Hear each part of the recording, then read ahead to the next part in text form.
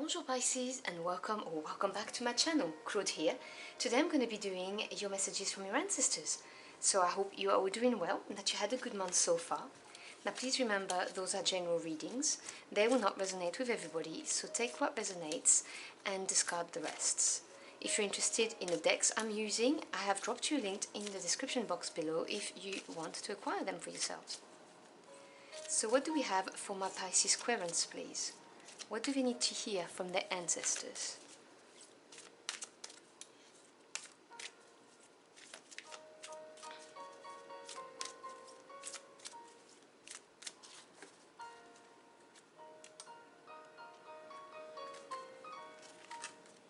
Okay, so your first card is card 28, Sacrifice.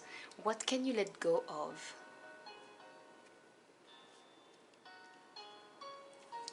You also have card 16, Merak, Embrace Oneness with the Universe. And card 22, Orenda, Honor your mystical creative force. Let me put my deck to the side so I can grab those cards for you.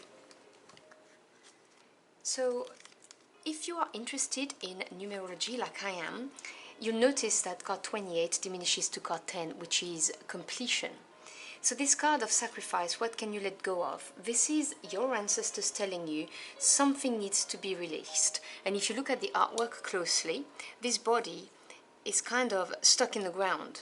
And this person cannot move forward because there's something holding them down from the ground, under the earth, literally. So your ancestors are asking you to reflect, to go within and find out what it is that you can release.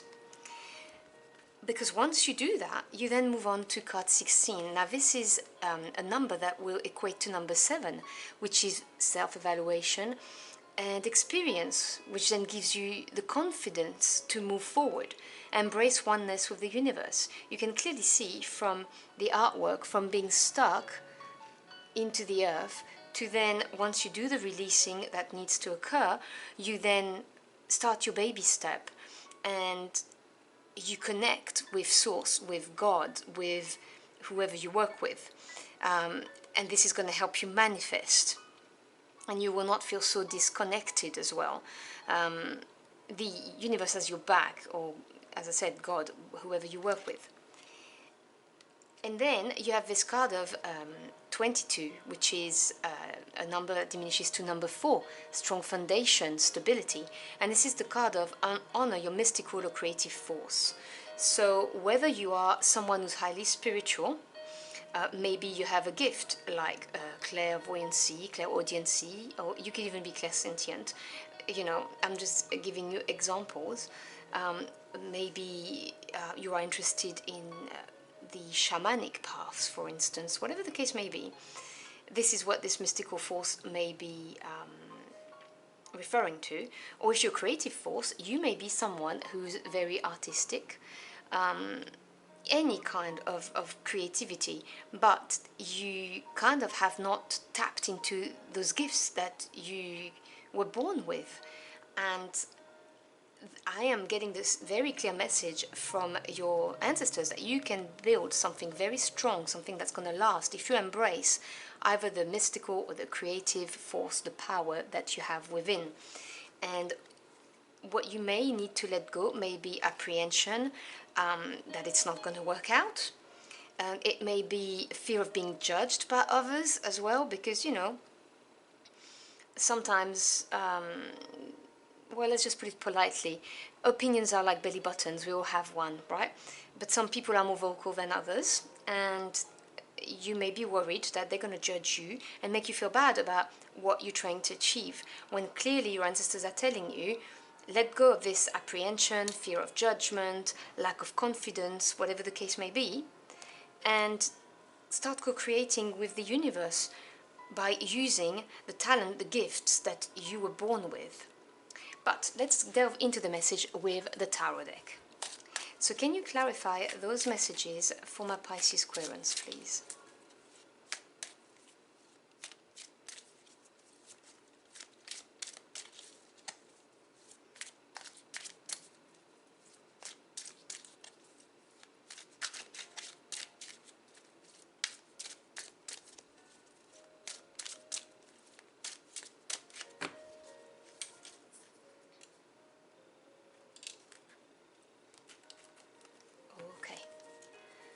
So we have, oh, my whole deck is down, the Ten of Wands, with what can you let go of, which makes total sense. Let me move my cards a little bit higher, because I'm worried you're not going to be able to see all the cards. We then have the Devil, major arcana here, big energy, and we have the Two of Pentacles.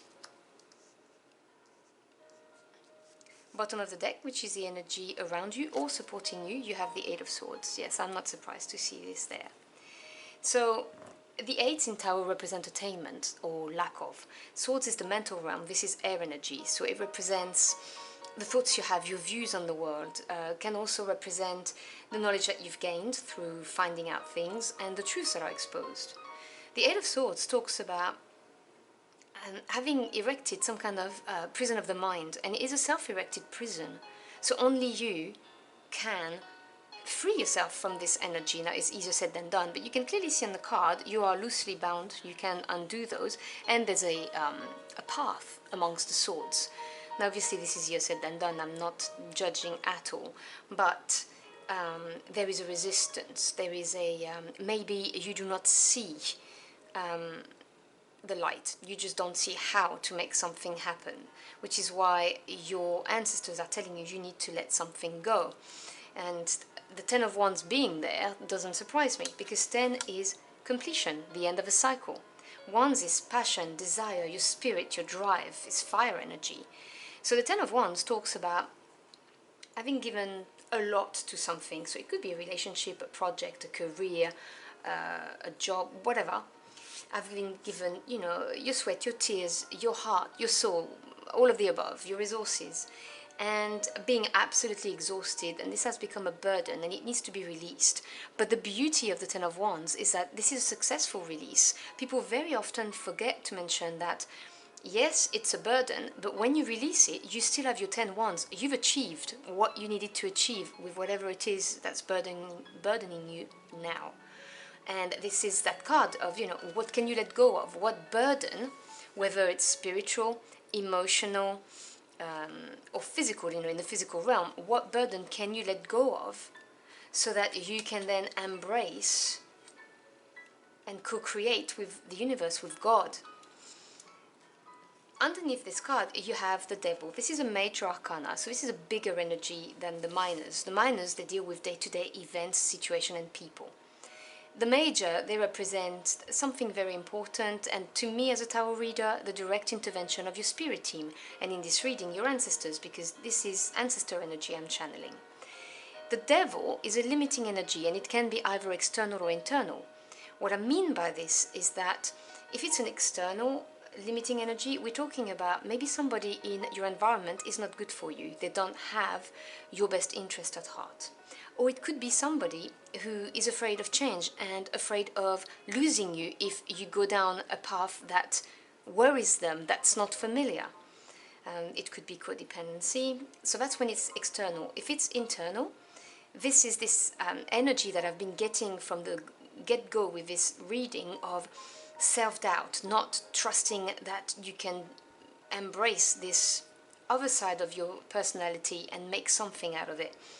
This you know, negative self-talk, you're not good enough, you don't deserve to be happy, or what are you thinking? Do you even think you can make a living out of this? That kind of thing.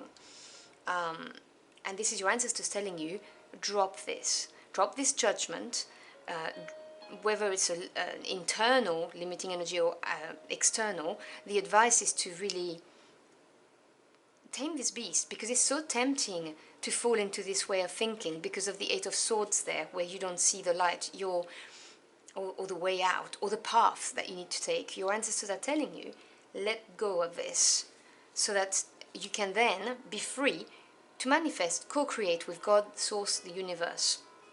And they're clearly giving you the path. They're telling you, you know, this is to do with your mystical side or your creative side, whatever the case may be. You know who you are, obviously, because I'm reading for different people. But this is something that you haven't tapped into, or that you've kept quiet because you may have felt ashamed of it, or you may have felt that maybe it's not real. It's for some of you, and this was screaming in my head, so I'm telling you, but whatever the case may be, this is what they're advising you do now. Obviously, you know, you have sovereignty over your life and free will. You do what you want. You then have the Two of Pentacles. Now the two represents duality, polarity, decisions and crossroads. And Pentacles is earth energy. So this is the physical realm, whether we're talking about home life or work life, you know, jobs, careers, financial assets, education, developing your skills. The Two of Pentacles really is assessing a situation, weighing up the pros and cons, looking at your resources before you make a decision. And I can see that, and I can see how by doing that, you know, you may be stuck in that Eight of Swords, because when we look at something from a very practical way, it's good for your everyday life. But when we're dealing with something like a complete change of career, for instance, and embracing something that may not be as safe as what you did before, or when we're looking at something spiritual, same thing. Looking at it from a practical point of view may not be the best way to get the answers that you need, and that's why you are in that Eight of Swords energy, thinking, I can't see which path to take. That's because the path you need to take is not necessarily the most practical one, but more of a passion, an inner calling, you know, more of a wand energy is what I'm getting. And obviously, you know, as I said, this is just advice, you know, I'm looking at the situation in a different way. So I'm gonna close out your reading with a couple of extra messages for you. So can we have some extra messages for my Pisces Squarens from their ancestors, please?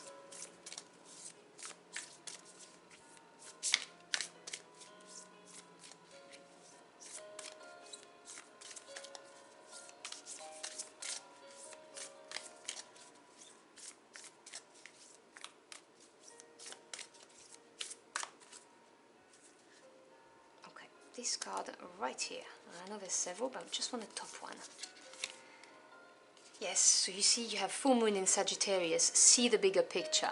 This is really, as I said, this way of looking at the situation and weighing up your options, your resources in a very pragmatic and practical way is limiting you, and it is probably also stemming from that devil energy, you know, of self-doubt and not believing, and putting you in that Eight of Swords energy. Whereas if you expand your mind, you see the opening, and this will basically nudge you in the right direction. And your ancestors are here, you know, to tell you that you just need to release something.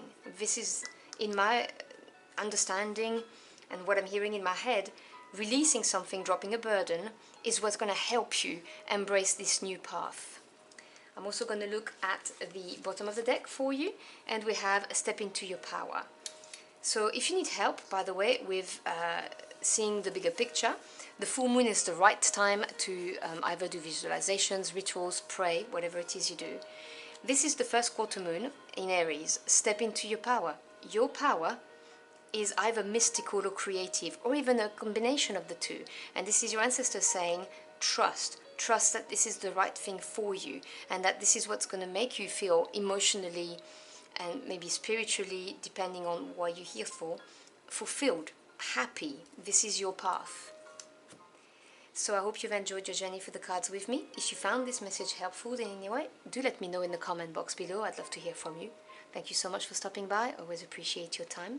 I wish you a beautiful month, and I'll see you again very soon. Until next time, au revoir.